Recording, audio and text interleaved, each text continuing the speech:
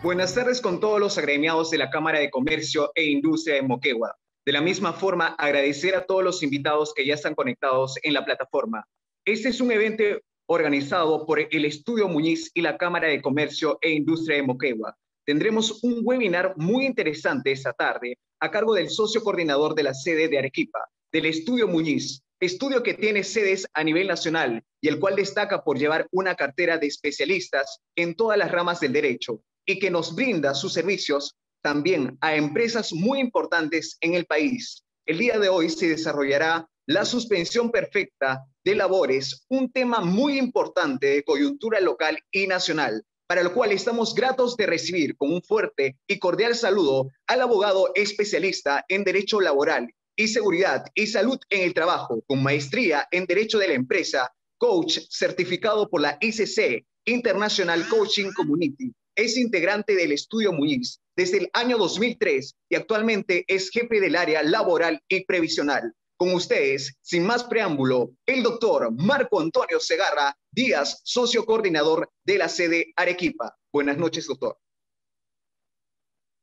Muchas gracias, Jean-Pierre. Muchas gracias a todas las personas que ahorita se encuentran ya conectados con nosotros para esta primera charla de capacitación que está a cargo del Estudio Muñiz y que obviamente ha sido coordinada con la Cámara de Comercio e Industria de Moquegua y que va en beneficio de cada uno de los afiliados y obviamente del público en general que puedan llegar a tener interés en este tema que es tan trascendente. Como lo han indicado hace unos minutos, el Estudio Muñiz es una empresa que ofrece servicios de asesoría legal a nivel nacional y que tenemos oficinas, somos el único estudio finalmente que tenemos oficinas a nivel nacional. Entre ellos está la ciudad de Hilo, Moquegua, Tacna, Juliaca, Puno, Arequipa, y Cachincha, Cusco, nuestra oficina principal que está en Lima, así como también en Piura, Trujillo, Chimbote. Para mí es muy grato poder acompañarlos esta tarde, el día de hoy, y poder conversar de alguna forma y dentro de lo que las nuevas tendencias nos dan sobre un tema que resulta muy interesante para muchos empleadores y que está relacionado al tema de suspensión perfecta. Pero esa suspensión perfecta de labores no regulado dentro del ámbito legal general que nosotros conocíamos, digámoslo así, prepandemia, sino también dentro de lo que es el tema del estado de emergencia nacional. Y sin mayor preámbulo, podremos agarrar y decir que son ya 366 días de emergencia nacional. Recordemos que el 15 de marzo del año pasado se emite el decreto de urgencia 044-2020 PCM, que es ahí donde finalmente se dicta la emergencia nacional por la pandemia que finalmente a la fecha nos viene acompañando y que está originada básicamente por el COVID-19. Este estado de emergencia actual sabemos que va a tener todavía vigencia hasta el 6 de octubre del presente año. Ello en mérito del Decreto Supremo 009-2021 Salud, norma que dispuso que desde el 7 de marzo se ampliaba por 180 días más dicha emergencia nacional. Pero ¿qué es lo que ha transcurrido? ¿Qué es lo que ha pasado durante todos más de un año, ya podríamos agarrar y decir? Bueno, en general hay más de 2.000 normas que se han emitido, que están relacionadas al tema de la emergencia nacional. Sin embargo, 71 de ellas son normas en materia laboral. De estas 71 normas en materia laboral, podemos agarrar y decir que en promedio, cada 5 días se ha dictado una norma que tiene referencia al tema laboral, lo que nos da de alguna manera una idea de cómo ha ido cambiando, cómo ha ido evolucionando el tema de la normatividad en materia laboral, relacionada específicamente al tema legal dentro de este contexto de pandemia.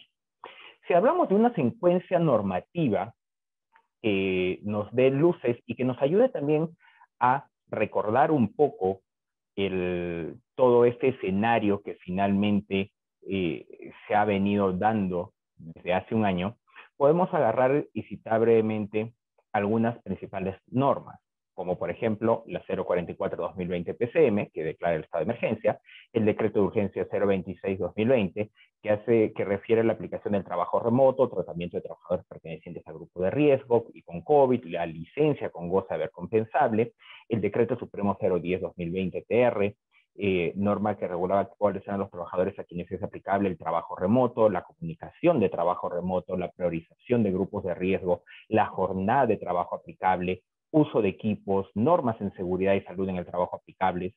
Asimismo, también el decreto de urgencia 033-2020, que regulaba el retiro de hasta 2.400 soles de la compensación por tiempo de servicios durante la emergencia sanitaria, la suspensión de la retención y pago de la AFP correspondiente al mes de abril del año pasado, un subsidio del 35% para los trabajadores que ganen hasta 1.500 soles para el mes de abril.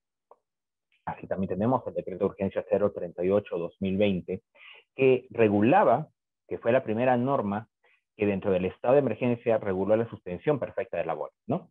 El norma que ya de por sí nos hablaba y nos daba algunos alcances señalando que la misma se podía aplicar solo frente a la imposibilidad de aplicar un trabajo remoto o compensar horas y obviamente por existir una afectación económica.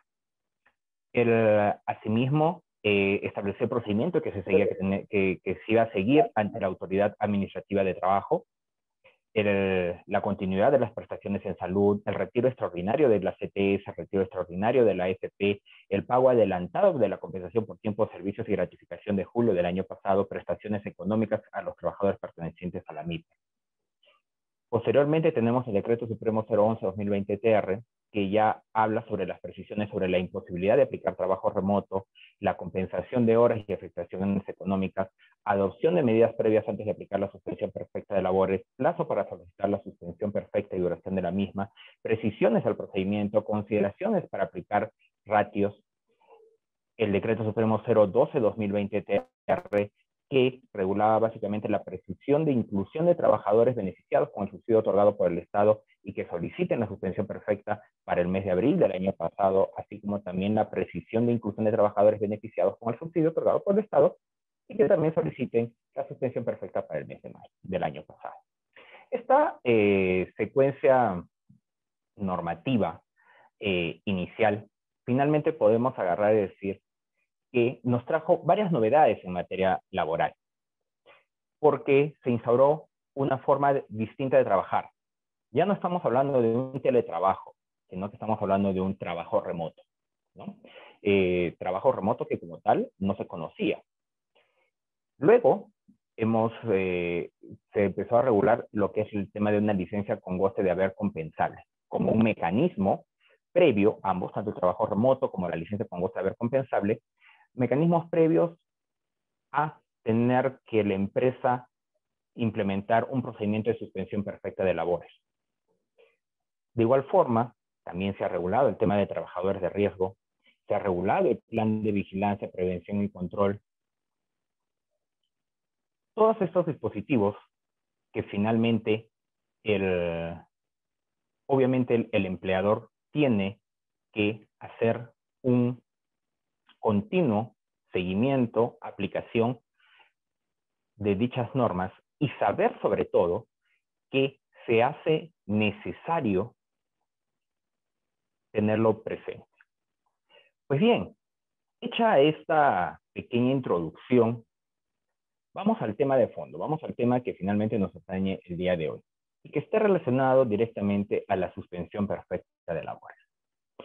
Y respecto a lo que es la suspensión perfecta de labores, lo primero que tenemos que tener en consideración que de acuerdo a tanto el decreto de urgencia 038-2020 como el decreto supremo 011-2020 TR, se estableció de que la suspensión perfecta de labores era una medida excepcional. Recordarán ustedes que durante los primeros 15 días del mes de marzo se hablaba mucho, o los empleadores hablaban mucho, de que por qué no se aplicaba una suspensión perfecta de labores. La ministra de Trabajo de aquel entonces se negaba rotundamente a hacer o a validar básicamente la aplicación de la suspensión perfecta de labores al extremo que agarrado y se llegó a señalar de que aquellas empresas que finalmente lo apliquen, finalmente dichos procedimientos no serían aprobados, ¿no? Los primeros 15 días del estado de emergencia que se pensaba que iban a ser los primeros 15 y únicos, las empresas de alguna u otra manera supieron o trataron de administrar sus recursos para poder cubrir esos primeros 15 días. Pero ya de ahí empezamos a ver cómo se iba alargando por 15, y así sucesivamente, obviamente ampliándose incluso a 30 días o más ese estado de emergencia. Obviamente que ya para la segunda quincena del mes de abril, la situación económica de muchas empresas ya era finalmente muy delicado, sin que ello finalmente pueda significar que en todos los casos las empresas obviamente podían verse afectadas, pero lo cierto es que la gran mayoría sí empezó a verse afectada. Es así como se puede agarrar y estimar que solamente en estos 30 primeros días, más de 1,5 millones de trabajadores a nivel nacional perdieron el puesto de trabajo, porque obviamente las empresas se vieron en la necesidad de aplicar diversos criterios de culminación de la relación laboral, como por ejemplo, no renovar contratos de trabajo, como por ejemplo, aplicar las cláusulas de no superación del periodo de prueba, entre otras medidas drásticas, desde luego, concluir, por ejemplo, los contratos a tiempo parcial, pero medidas que finalmente se vieron obligadas a aplicar con la finalidad de mantener a las empresas, es decir, con un afán de supervivencia. Pero bien, finalmente se estimó de que sí se podía dar o se podía aplicar la suspensión perfecta de labores, pero con una regulación distinta, ¿no? Con una regulación que finalmente permitía al empleador, a los trabajadores, no quedarse en cero. Es decir, sabemos que cuando se aplica una suspensión perfecta de labores, y esa es la característica propia de una suspensión perfecta, el trabajador no labora y el empleador no está obligado a pagarle ninguna remuneración o retribución al trabajador. Pues bien, cuando se aplica la suspensión perfecta de labores, se dieron algunos beneficios adicionales a los trabajadores. Como los mencioné hace un momento, el hecho de poder retirar parte de la CTS, el hecho de poder retirar la AFP, el hecho de poder tener seguro, el seguro social, ¿no?, de salud, que era un tema, o que es un tema muy importante, porque permitía garantizar de alguna manera la atención médica de cualquiera de los trabajadores que estaban sometidos a un procedimiento de suspensión perfecta. Lo cierto es que estas normas indicaron que la suspensión perfecta de labores tenía que ser una medida excepcional. En pocas palabras, invocaban a los empleadores a que, en la medida de lo posible, mantengan la relación laboral como lo estuvieron haciendo hasta antes del 15 de marzo. Obvio, una situación un tanto forzada, porque ¿cómo pedirle a un empleador que siga manteniendo a los trabajadores si el empleador estaba prácticamente con una situación económica en cero? Es así que este dispositivo establece que la suspensión perfecta de labores se podía aplicar bajo dos ópticas, por la naturaleza de las labores y por la falta de capacidad económica, ¿no?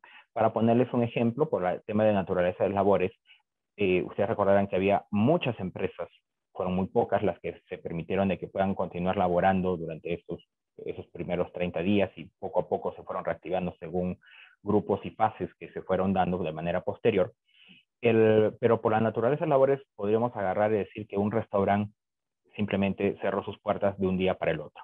Entonces, por las naturalezas labores era evidente de que este empleador no podía otorgarle ni un trabajo remoto, es decir, para que trabajen desde su casa, porque imagínense ustedes otorgarle trabajo remoto a la persona que está encargada de cocina o a la persona que está encargada de limpiar las mesas, ¿no? A un mozo. Si no se podía prestar un tipo de labor de ese tipo, obviamente no podría haber un trabajo remoto. Igual también otra medida que se podía aplicar era por la falta de capacidad económica, porque obviamente se tenía que evidenciar que la empresa se encontraba en una situación económica donde empezó a percibir a partir del 15 o del 16 de marzo de 2020 cero sueldos. Muy bien. Ahora, cuando hablamos de una suspensión perfecta de labores, tenemos que tener en consideración que la suspensión perfecta de labores se maneja ante dos autoridades, la autoridad inspectiva de trabajo y la autoridad administrativa de trabajo. La autoridad administrativa de trabajo, en este caso Ministerio de Trabajo, ante quien se presentaba la solicitud vía online, y Posteriormente, el Ministerio de Trabajo, de manera interna, en los plazos que estaban contenidos en la norma, remitía dicho procedimiento a la Autoridad Inspectiva de Trabajo, llámese SUNAFIL. SUNAFIL, por su parte, implementó, bueno, ya lo había implementado antes, lo que era su casilla electrónica, pero obviamente empezó a funcionar al 100%. Quien tuvo los primeros problemas para poder, obviamente, trabajar, si se quiere, de manera online, fue la Autoridad Administrativa de Trabajo, las gerencias regionales de trabajo. A nivel nacional fue una situación que empezó a darse, ¿no? Y que para ello implementaron, por ejemplo, correos electrónicos. Las primeras fueron la de notificaciones@trabajo.gov.pe, que era una dirección de correo a nivel nacional. Ya al transcurrir los meses, ¿no? Se implementaron otros correos electrónicos. En la ciudad de Moquegua, Hilo, se implementó los correos de mesa de partes moquegua@drtp.moquegua.gov.pe y mesa de partes silo@drtp.moquegua.gov.pe. Ello como un mecanismo para poder entrar también en este nuevo mundo de lo que es hacer todos los trámites de manera virtual. Muy bien. Entonces tenemos que el procedimiento inicia frente a la Autoridad Administrativa de Trabajo, quien al hacer una evaluación del pedido, de la declaración finalmente que presenta el empleador, y cumpliendo los requisitos, retransmite a la Autoridad Inspectiva de Trabajo para que lleve a cabo el proceso de fiscalización correspondiente. Llevado a cabo el procedimiento de fiscalización correspondiente por la Autoridad Inspectiva de Trabajo, esta emite un informe que también es alcanzado posteriormente a la Autoridad Administrativa de Trabajo, al Ministerio, a la Gerencia de Trabajo, quienes finalmente con el respaldo de esta información, finalmente deciden la aprobación o no de este procedimiento de suspensión perfecta de labores. El empleador siempre tenía la incertidumbre de agarrar y saber, pero ¿y qué información me van a pedir en esta parte de del procedimiento inspectivo en sí, ¿no? En pocas palabras, ¿qué información me va a pedir la SUNAFIL?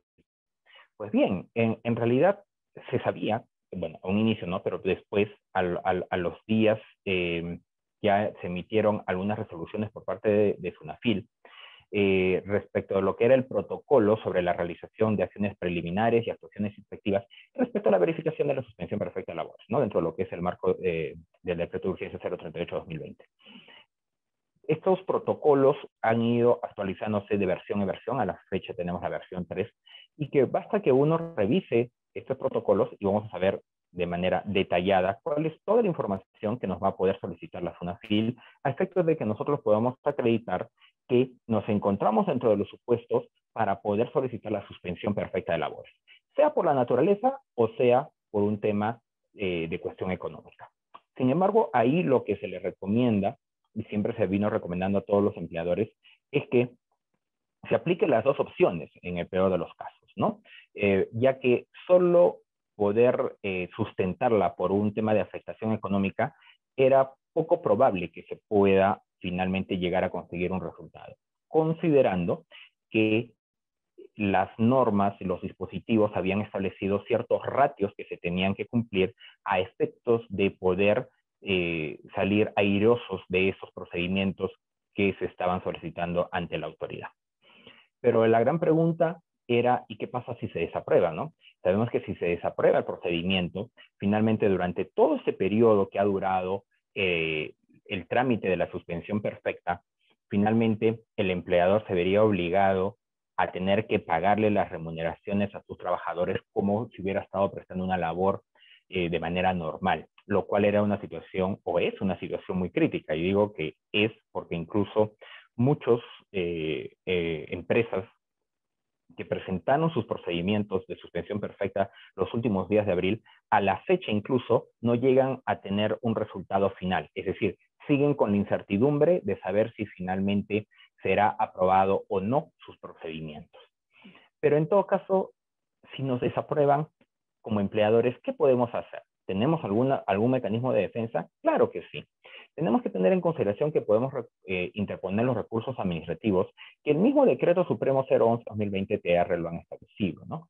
Y a manera de ilustración podría yo agarrar y decirles que tienen para aplicar 3 recursos administrativos. Primero, el de reconsideración, que lo va a resolver la misma autoridad, es decir, la autoridad que expidió la resolución, ella misma va a ser la quien lo va a tener que resolver cuando presentamos un recurso de reconsideración, siempre y cuando tengamos nuevos medios de prueba que puedan llegar a acreditar que sí estamos cumpliendo con los requisitos para poder solicitar dicha suspensión perfecta de labores.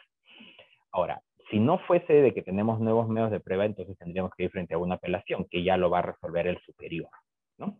En todo caso sería el mecanismo. Y si después de la apelación que hemos presentado, que ya sería nuestra segunda instancia, tampoco el resultado resulta a favor del empleador, podemos recurrir todavía a un recurso de revisión que se va directamente a la Dirección General de Trabajo del Ministerio de Trabajo y Promoción del Empleo en Lima para que resuelva como última instancia. Para el recurso de reconsideración, para el recurso de apelación, considerar que de acuerdo a este Decreto Supremo 011-2020, está establecido que el plazo solamente son de 3 días hábiles. Para el recurso de revisión, sí podemos aplicar el plazo que regula el proceso contencioso administrativo, que es de 15 días. Entonces, eso también hay que tener muy en cuenta a efectos de que no se nos vaya a vencer los plazos. Pero no solamente hay que tener en cuenta eso, sino que también hay que tener siempre muy presente el hecho de estar revisando los correos electrónicos o la casilla electrónica, porque ahí es donde nos va a llegar los requerimientos de información o donde nos va a llegar los resultados. Si finalmente nosotros no revisamos las casillas, no revisamos los correos electrónicos y somos notificados, es muy probable que si no procedemos a interponer los recursos administrativos en caso de la resolución, sea una resolución denegatoria de nuestro pedido de suspensión perfecta o una resolución donde nos requieren información, es probable que finalmente estemos perdiendo la oportunidad de poder, obviamente, alcanzar el resultado que se quiere con este trámite.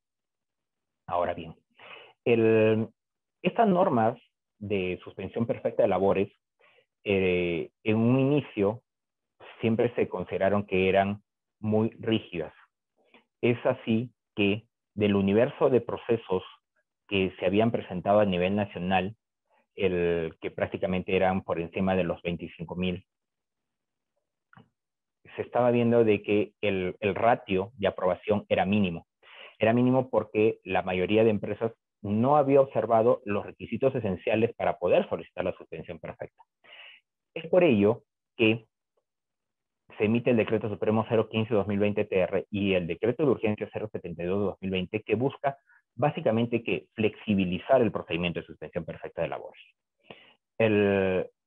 Y dentro de esa flexibilización se adoptó como algunas medidas el hecho de que el empleador no necesariamente tendría que haber otorgado medidas previas antes de aplicar la suspensión perfecta de labores, porque ustedes recordarán que la norma regulaba o le indicaba al empleador que la medida de suspensión perfecta de labores era una medida, finalmente, la última opción que tenía que aplicar el empleado. Previamente, tendría que agarrar y aplicar un trabajo remoto, previamente podría dar una licencia con goce de haber, pero también podría adoptar otro tipo de mecanismos, como por ejemplo, otorgar vacaciones devengadas, podía adelantar vacaciones, podía quizás otorgar otro tipo de licencia, podía negociar, si se quiere, con sus trabajadores la reducción de jornada, la reducción de remuneración, o cualquier otro mecanismo que no conlleve a la suspensión perfecta de labores.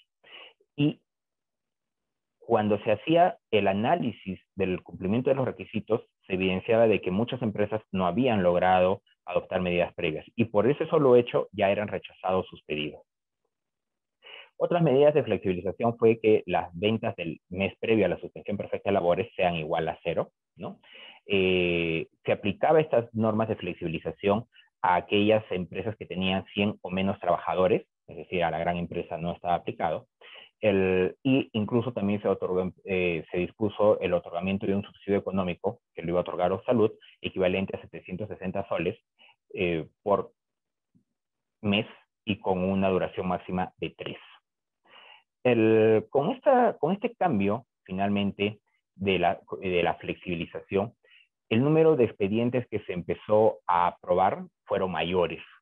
Y eso obviamente sirvió a muchas empresas que vieron en el mecanismo de la suspensión perfecta de labores la forma de poder proteger, de poder protegerse frente a los devastadores resultados que estaba trayendo consigo la pandemia.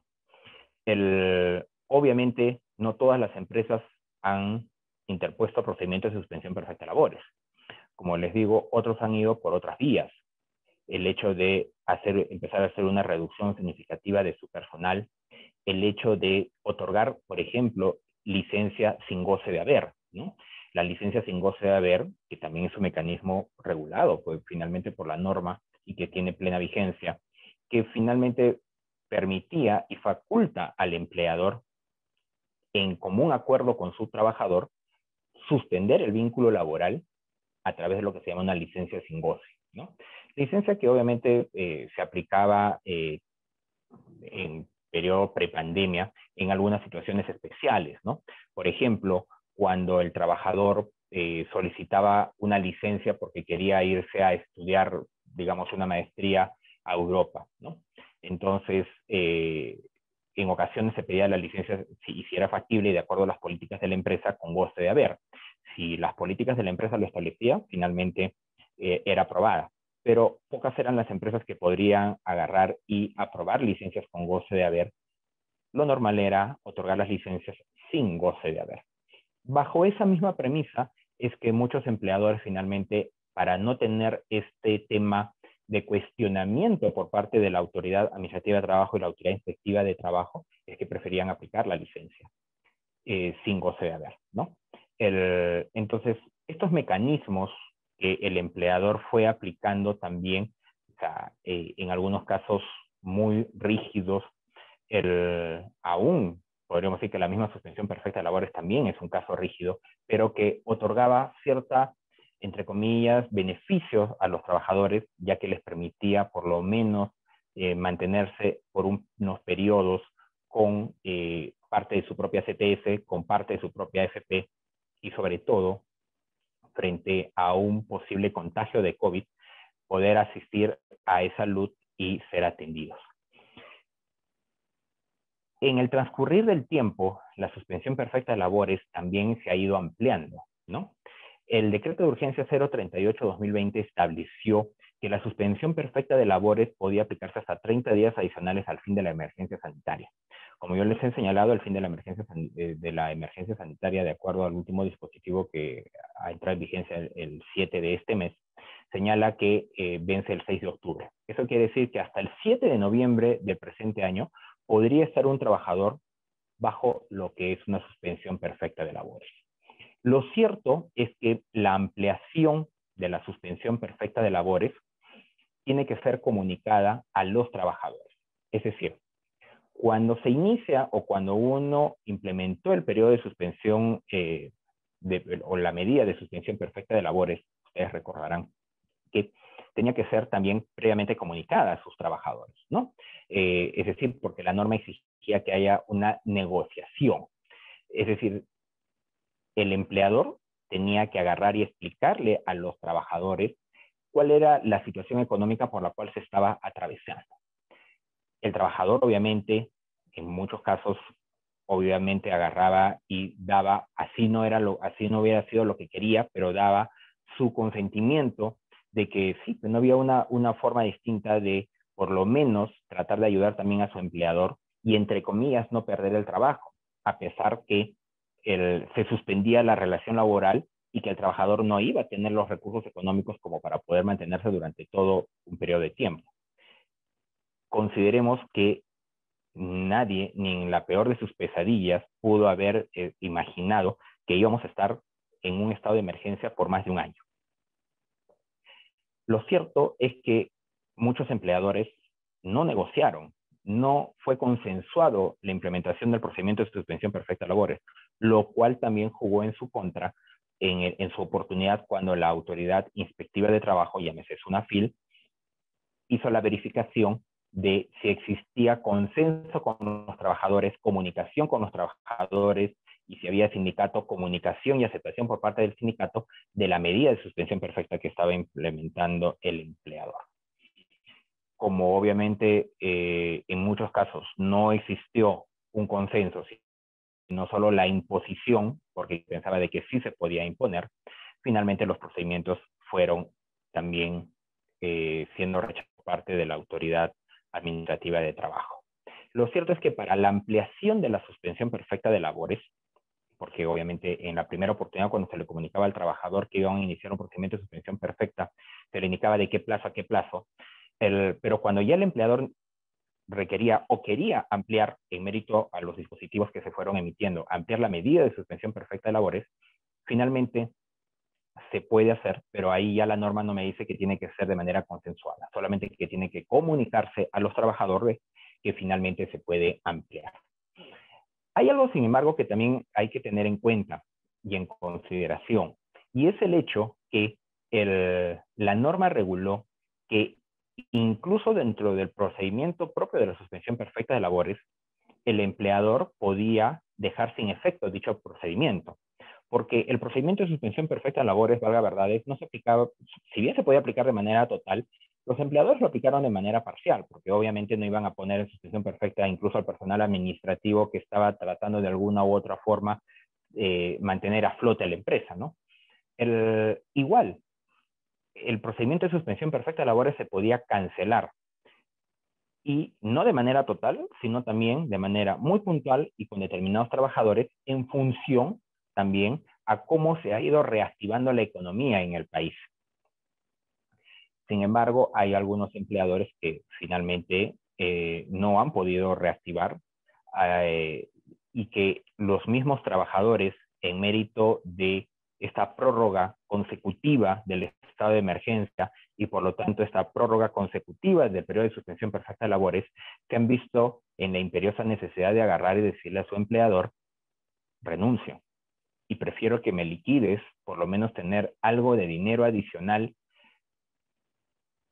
a seguir con cero dinero y no poder mantener a sus propias familias, ¿no? Lo cual obviamente es una situación muy, muy delicada. Pero en este transcurrir o cuando se dictan las disposiciones sobre la suspensión perfecta de labores, perdón, también se estableció que la autoridad administrativa de trabajo tenía un plazo, ¿no? Tenía un plazo para poder pronunciarse sobre la suspensión perfecta de labores. Y que si no lo hacía, se podía aplicar el silencio administrativo positivo. Es así como el Decreto Supremo 087-2020 PCM regula que todas aquellas comunicaciones de los empleadores sobre suspensión perfecta presentadas ante la Autoridad Administrativa de Trabajo en aplicación del Decreto de Urgencia 038-2020 y el Decreto Supremo 011-2020 TR se encontraban técnicamente suspendidas hasta el 10 de junio del 2020. Y eso es algo que hay que tener en cuenta, porque muchos empleadores que presentaron, por ejemplo, sus procedimientos los últimos días del mes de abril, y al no tener respuesta en mayo, ¿no? Incluso los primeros días de junio, decía: ok, por silencio administrativo positivo, mi procedimiento ha sido aprobado. No, pero hay que tener en cuenta que en mérito a la norma que les he mencionado, los plazos se encontraban suspendidos hasta el 10 de junio del 2020, por lo cual no podría aplicarse durante ese periodo el silencio administrativo positivo. Considerar que la Autoridad Administrativa de Trabajo tenía 48 horas para remitir los expedientes ante la Autoridad Inspectiva de Trabajo. Llámese que ese plazo correría hasta el 11 de junio. De ahí la Autoridad Administrativa de Trabajo tenía 30 días hábiles para pronunciarse y emitir su informe. Es por ello que el plazo desde el 11 de junio, si lo consideramos así, hay que sumarle aparte los 30 días más los 7 días que emitía el informe de la Autoridad Administrativa de Trabajo, podríamos estar hablando que un silencio administrativo positivo recién operaría si es que hasta el 5 de agosto del 2020 nosotros no hubiésemos recibido ningún tipo de respuesta por parte de la Autoridad Administrativa de Trabajo. Solo en ese escenario es donde podríamos estar hablando de la posibilidad de un silencio administrativo positivo. Pero ojo, cuando hablamos de un silencio administrativo positivo, tenemos que tener en consideración de que en caso de ser favorable la aplicación del mismo, ello no enerva la obligación de que la Autoridad Administrativa de Trabajo, llámese la Gerencia Regional de Trabajo, a través de SUNAFIL, pueda fiscalizar posteriormente los documentos o declaraciones o información que fueron presentados, en este caso, por las empresas, respecto al procedimiento de suspensión perfecta de labores, ¿no? Sea por caso fortuito o fuerza mayor. Pudiendo la Autoridad Administrativa de Trabajo declarar la nulidad y o revocar los efectos de la resolución aprobatoria ficta del silencio administrativo positivo. Eso quiere decir de que si un empleador finalmente considera que en mérito al transcurrir del tiempo ya ha podido conseguir un silencio administrativo positivo en su trámite de suspensión perfecta de labores, bueno, hay que tener en cuenta que en cualquier momento la Autoridad Administrativa de Trabajo nos puede volver a fiscalizar y hacer una revisión de los documentos y finalmente revocar esta resolución ficta del silencio administrativo positivo. Lo cual implica, nuevamente, que el empleador tiene que tener finalmente toda la documentación en regla que le sirvió en su oportunidad para presentar y efectuar el pedido de suspensión perfecta de labores ante la Autoridad Administrativa de Trabajo. Considerar incluso que toda la información que se presentó ante la Autoridad Administrativa de Trabajo y que sirvió para este procedimiento de suspensión perfecta en mérito de las normas que regula este procedimiento, se estableció que tenían carácter de declaración jurada y que si en todo caso se falseaba dicha información, el empleador, sus representantes legales, iban a poder ser denunciados penalmente. Este es de alguna forma todos los temas que, o lo que se tiene que tener en cuenta respecto a lo que es la suspensión perfecta de labores. Sin embargo, hay algunos temas que escapan básicamente a la norma y que se dan más en el tema del día a día. Porque si ustedes como empleadores finalmente han presentado un procedimiento de suspensión perfecta de labores y no han llegado a la fecha a conseguir un resultado, mi primer consejo es que se acerquen a la Gerencia Regional de Trabajo de la jurisdicción para agarrar y solicitar cuál es el estatus de dicho procedimiento. Muchas de las gerencias también tienen implementados, obviamente, sus centrales telefónicas para que, obviamente, evitar la movilización de las personas. Pero en todo caso, uno se puede acercar, solicitar y saber cuál es el estatus del procedimiento. Tengan en consideración que el embalse de pedidos que ha tenido que soportar la Autoridad Administrativa de Trabajo ha sido muy alto. Y por ello es que finalmente ha habido tanta demora. Pero no solamente ello, sino que consideren también que al inicio las solicitudes que se fueron presentando, que todos eran de manera virtual, incluso a través de la página web, no han llegado a cada una de las zonas o jurisdicciones a las cuales en realidad pertenece. Es decir, que se ha quedado en el olvido. Y muchas veces los empleadores, lejos de hacer también el seguimiento, han preferido guardar esa situación de incertidumbre, ¿no? Llegar a decir, bueno, ya en algún momento me responderán. Pero el mejor consejo que se les podría brindar es que no lo dejemos pasar mucho tiempo, porque si en buena cuenta tenemos que no hemos cumplido con los requisitos, tarde o temprano nos van a señalar de que el procedimiento va a ser rechazado. Y si bien vamos a tener, para poder interponer todos los recursos administrativos que les he mencionado hace un momento, e incluso si el resultado al final podría ser si se quiere, no a favor de la empresa, se puede ir a un procedimiento contencioso ante el Poder Judicial también. O sea, nadie dice lo contrario. Sin embargo, tenemos que saber que lo único que estaríamos haciendo es extender, ¿no?, la incertidumbre de un resultado que probablemente no va a ser a nuestro favor. Porque si no hemos cumplido con las premisas de la norma, e incluso ya bajo las normas de flexibilización que se aplicaba, si se quiere, de manera retroactiva para los procedimientos que ya se habían iniciado antes, entonces lo mejor que se puede hacer es darle una solución inmediata al procedimiento y sobre todo para que los trabajadores también sepan de que ha sido aprobado. Porque a estas alturas, y ya podríamos decir que eso es un fenómeno que ocurre desde octubre o noviembre del año pasado, muchos trabajadores también han empezado a denunciar a sus empleadores bajo la premisa de que no tienen ningún tipo de información del procedimiento de suspensión perfecta de labores y el resultado del mismo. Obviamente el trabajador no va a tener la misma capacidad de supervivencia como podría llegar a tener una empresa. Entonces, por eso se hace necesario verificar, revisar y saber, y no presumir, sobre todo eso, no presumir que nuestro procedimiento ha sido aprobado de manera ficta, basándonos en un tema de silencio administrativo positivo. En todo caso, tendríamos que presentar nuestro escrito ante la Autoridad Administrativa de Trabajo para, en mérito al tiempo transcurrido, solicitar la aprobación ficta del procedimiento, para que con ello ya tengamos un respaldo. Eso es lo que en parte puedo yo mencionarles en cuanto a lo que es la suspensión perfecta de labores, pero antes de concluir, hay algunos otros temas que no quiero dejar pasar y que también ustedes tienen que tener en cuenta. Consideren que el empleador tiene que hacer una correcta aplicación del trabajo remoto. Ya las fiscalizaciones por parte de SUNAFIL para saber si es que el trabajo remoto que vienen aplicándose a los trabajadores es correcto, ya se viene dando.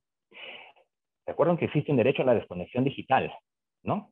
O sea, no puedo pretender que mi trabajador me esté respondiendo correos incluso fuera de la jornada, fuera del horario de trabajo habitual que se tenía de la empresa.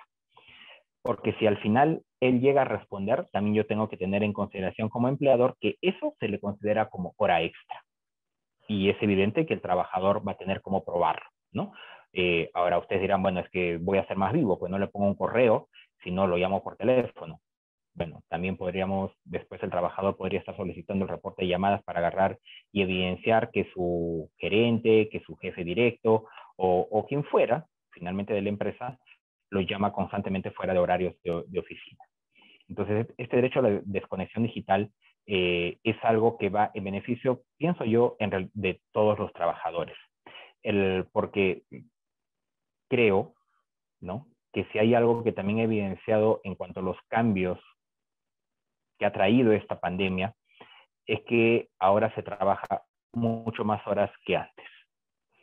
Recuerden también que la comunicación con los trabajadores tiene que ser continua, ¿no? Tiene que finalmente ser muy flexible. Tenemos que estar muy al pendiente de los trabajadores. No pensar de que, bueno, como ahora ya hace el trabajo desde su casa, no tenemos que estar preocupándonos por él. No. Recuerden que incluso existe dentro de lo que es la aplicación de trabajo remoto muchas disposiciones sobre seguridad y salud en el trabajo que también se tienen que cumplir, sobre todo las disposiciones o normativas sobre lo que es ergonomía. Hay que tener en consideración también, o hay que tener en cuenta los cambios que finalmente se está dando respecto a lo que son los ingresos de los trabajadores, ¿no? Ahora se habla mucho del sueldo emocional, se habla mucho de la brecha salarial. Obviamente la brecha salarial está más relacionada respecto a lo que son los trabajadores informales, pero no necesariamente podría ser esa la regla, porque incluso dentro de nuestras propias empresas puede existir brecha salarial si es que la empresa no ha aplicado las políticas de equidad salarial que obviamente se encuentran ya vigentes y desde mucho antes de la pandemia. Consideren también cómo va a ser su manejo del horario de trabajo, ¿no? Ahora el empleador mucho se guía por el tema de enfoque por resultados. No es tanto por cuántas horas de trabajo estás prestándome como labor, sino el resultado que me puedas dar. Entonces tenemos que aprender a medir dichos resultados. Enseñarles, por eso que se hablaba mucho de la comunicación a los trabajadores, tiene que haber mucha información vía correo electrónico, sobre todo, o invitarlos a las charlas Zoom, o a través de cualquier otra plataforma, ¿no? Para que ellos puedan saber cómo confluir la vida laboral con la vida familiar, de tal manera de que no vaya a existir de alguna manera cierto rechazo a seguir prestando labor dentro de casa, pese a que obviamente no puede ir al local de la empresa. Recuerden que si ustedes no pueden otorgar trabajo remoto, pues se tiene que otorgar una licencia con goce de deber, ¿no? Es uno u otro, o de lo contrario, bueno, verse en la imperiosa necesidad de aplicar una medida de suspensión perfecta de labores, como lo hemos hablado. Sin embargo, también ahora las empresas ya a estas alturas tienen que tener claro cuáles van a ser los mecanismos para que paguen los trabajadores dicha licencia con goce de haber. Considerar que aproximadamente al día de hoy son más de 2.000 horas que los trabajadores estarían debiendo por una licencia con goce de haber recuperable, ¿no? Entonces hay que saber muy bien cómo voy a implementar este pago, ¿no? Sobre todo, ¿y qué pasa si el trabajador cesa, ¿no? ¿Qué pasa si finalmente estamos a puertas? Porque quizás dentro de mi política de contratación de personal aplicamos contratos sujetos a modalidad con una duración de 1 año o quizás más, a pesar que no es lo que se aconseja, ¿no? Ustedes saben que para un contrato sujeto a modalidad la regla es que, o de preferencia, se aplique periodos cortos de 3 meses, ¿no? Y máximo 6, pero bueno, vamos a imaginar que fuese 1 año. ¿Qué pasa si el trabajador ya está por cesar? ¿Cómo me paga? Si ha estado con licencia con goce de haber, o sea, todos estos días, esas 2.000 horas, ¿cómo queda? Entonces, eso hay que regularlo, ¿no? A través de convenios. Se hace por eso necesario que la empresa pueda actuar de manera proactiva, ¿no? Considerar que el trabajo remoto y la licencia con goce finalmente se van a poder aplicar hasta el 6 de octubre, ¿no? Del presente año.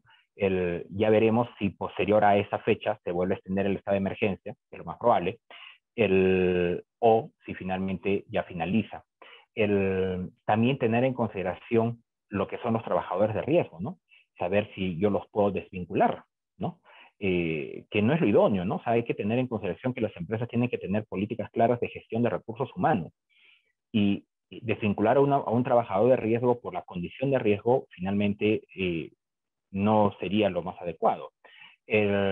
Ahora, saber si yo a un trabajador de riesgo lo puedo incorporar a un procedimiento de suspensión perfecta de labores. Bueno, sabemos que no se puede incorporar a un trabajador de riesgo a una suspensión perfecta de labores.